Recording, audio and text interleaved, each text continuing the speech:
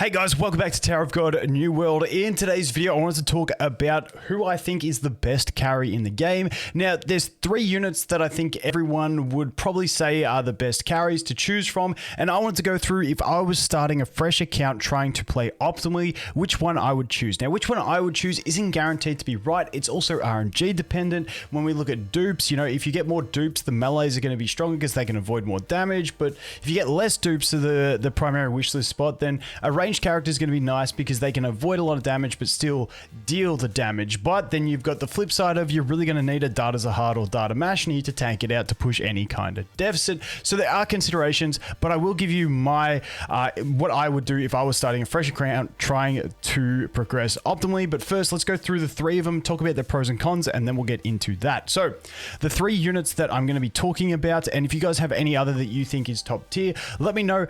Before the game launched, we talked a bit about Yuri and we talked a bit about Endorsi. I still think Endorsi is a great one for campaign pushing, but she lacks in other areas. And now that we've had these 2 other quote-unquote power creep type units, I would not recommend Endorsi anymore as your first carry. That is me personally. Others may still, but that is that one. The other one is Yuri because we had the free copies. She's not bad as a free-to-play option, but from what I've heard from people who did decide to go Yuri, was that she basically just gets her shield up too slow and she dies. Now, I do want to test her out myself as a carry on an account one day, but I'm too busy with my other 2 accounts and the 4 other games that I'm playing at the moment. So, the 3 units we're going to be talking about are number 1, Hats, who is my carry on my other account.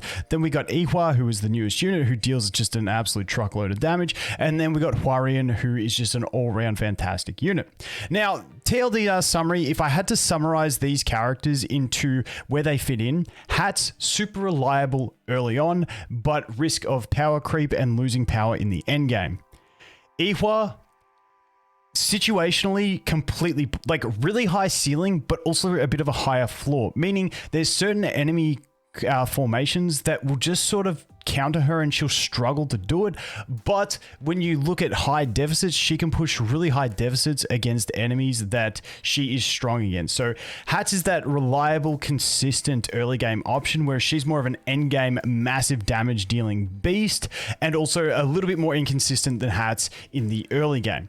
That was my feel from her. And then we got Hwarian, who's sort of the middle of the road of these 2 in that she's pretty reliable, doesn't quite have the sustain of Hats. Now with her plus 10 exclusive equipment, she does get those shields, but she can get clapped pretty quick if it's not the right situation. But she does have that long-term viability. And so I feel like she's sort of the middle of the pack. So let's go through them. Hat, like I said, super reliable. He's got his flying sword. Now, when we look at Hats, because I want to talk about investment. Now, obviously, getting any of these guys to Rainbow 5-star is going to be huge, but a lot of people won't get there straight away. So when I look at build, I'm looking at like getting to say 3 red star, 3 purple star, that sort of thing. But obviously, we're comparing them at a similar level. I'm just not going to compare them at 5 Rainbow because a lot of people won't get there that quick, but we got to look at that as a future investment point. And at 5 Rainbow, I just think Hwarian and Ihwa become absolute god tier. Same with Hats, but I feel like these 2 climb away a bit more at 5 Rainbow because they start off with that half energy. Because with Ihwa, she's going to nuke the entire field so much sooner. And with Hwarian, she's going to get her big chunky shield up sooner, which means she's got more survival. And she can often jump on an enemy, kill them straight away, and then put her path down and clap down the other enemy while she builds up her next ult. So that's what I look at. Obviously, Hats, if he gets the starting energy, he's going to just delete an enemy quicker as well.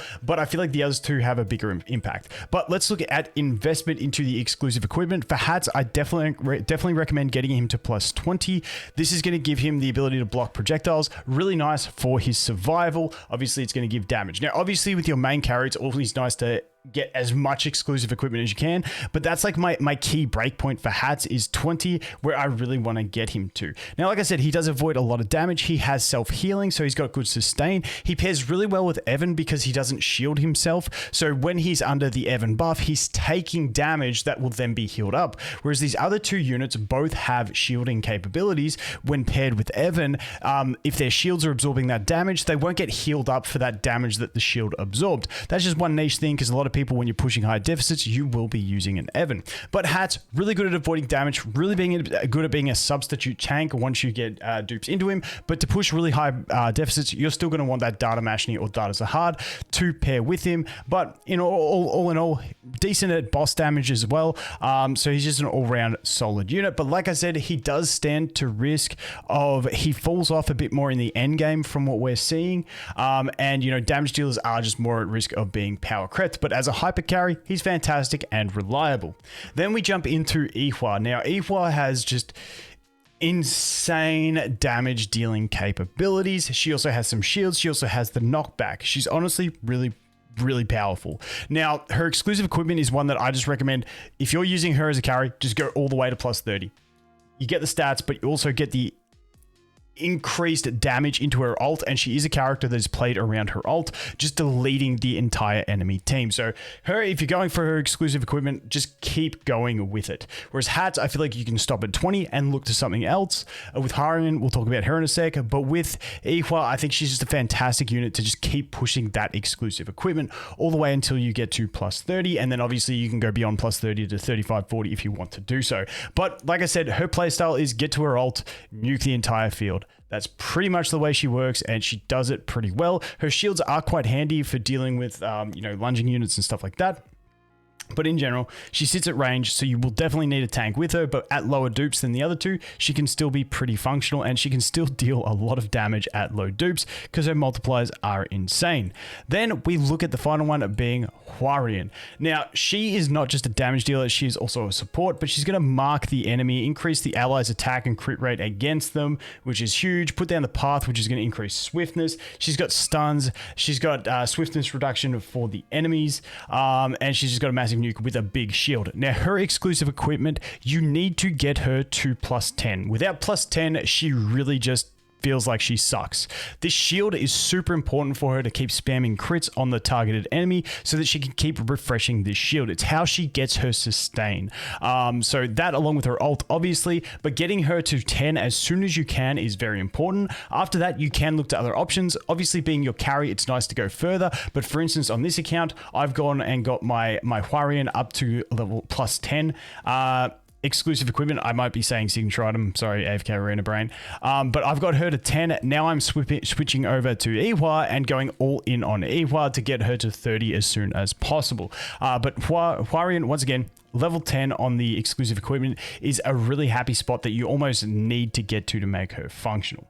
Now, which one would I choose if I was starting a fresh account trying for optimal progression?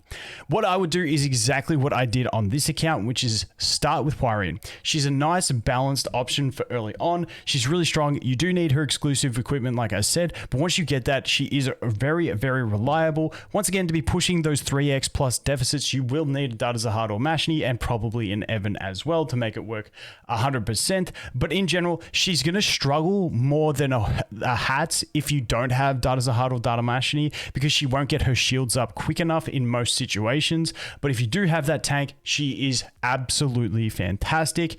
So that's what I would do. And then once I got her semi-built, which is I sort of stopped main wishlisting her around, I think it was like around 3 purple or 3 red, I can't remember.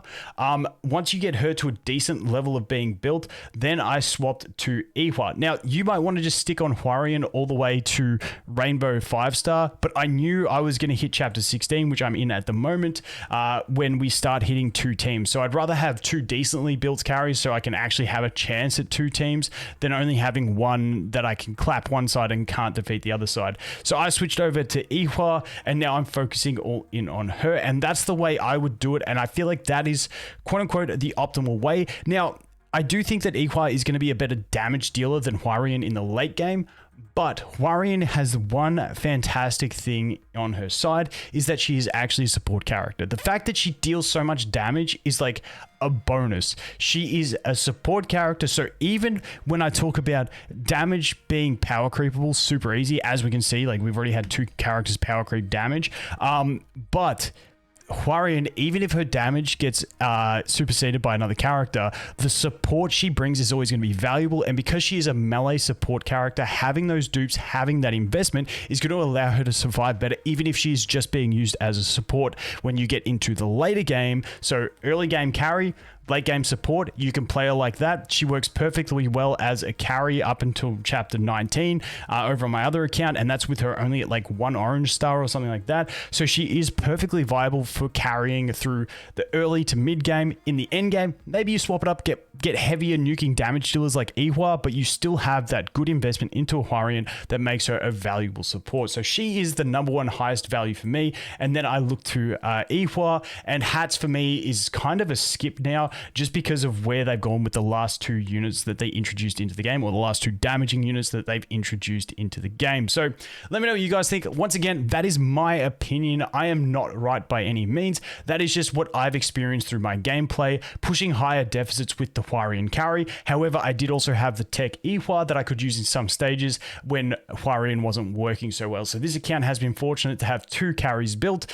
So I have been able to push towards a 4x deficit, but in general, those are my thoughts. As always, guys, thanks for watching. Hope you have an awesome day, and I look forward to seeing the next one. Cheers.